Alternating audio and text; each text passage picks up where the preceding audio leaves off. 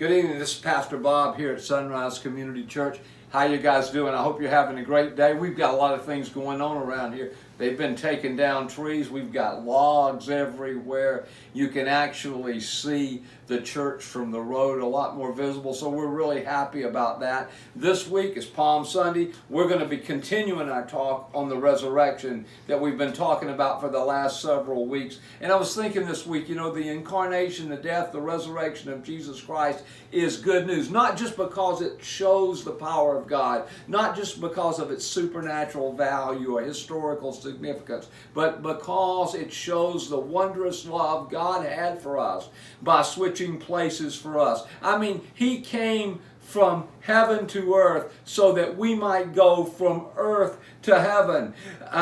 He was rich and became poor so that through His poverty we might become rich. He became sin so that through His becoming sin we might become the righteousness of God. So in fact, His curse is our blessing. That is the good news of the gospel of Jesus Christ. The gospel that Paul talks about in 1 Corinthians chapter 1, verses 20 through 25. He says that the wisdom of God is, or the foolishness of God, is greater than the wisdom of man, and the weakness of God is greater than the strength of man.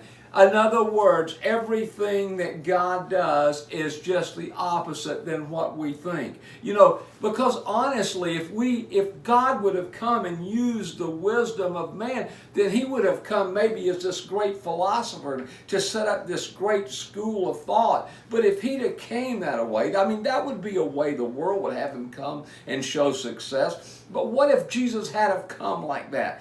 Then the only people that He would have ever helped would have been the intellectuals. What if He'd have come with this great moral teaching, using His own self as an example of how to live this holy life? Then the only people that would have ever been able to follow Him would have been those who are able, those who are accomplished, those who are strong. But in fact, He comes completely different from that, and that shows us exactly what the message of the gospel is. I mean, the message of the gospel is good news, not just for the intellectuals, not just for the strong, but for everybody. That's the good news of Easter. Let me tell you something. Poor people, they do not sit in their houses at night, in their living rooms or in their houses, and debate about Aristotle or Plato, but they do sit in their houses and talk about the message of Jesus Christ, and that changes their life. You see, the historicity or the historical correctness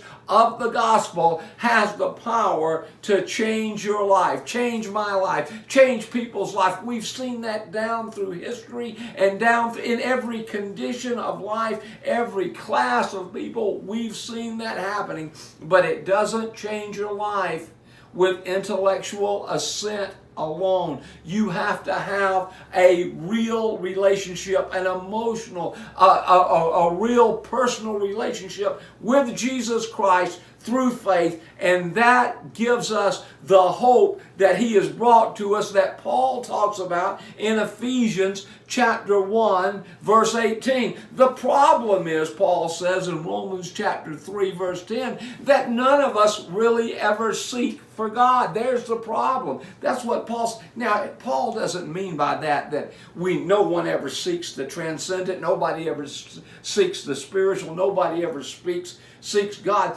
What he means is nobody ever seeks the real God. We only want to seek a God that fits our definition of who God is, who doesn't challenge our self-assertions, who doesn't challenge the narratives that we've had worked out for God and how He's supposed to act. Aren't you glad that He doesn't do that? Because if He did, He could never help me in the world situation. We want to seek a God that fits what we think He should be. The message of the Bible is God will never fit what you think He should be. We're going to talk about it on Sunday.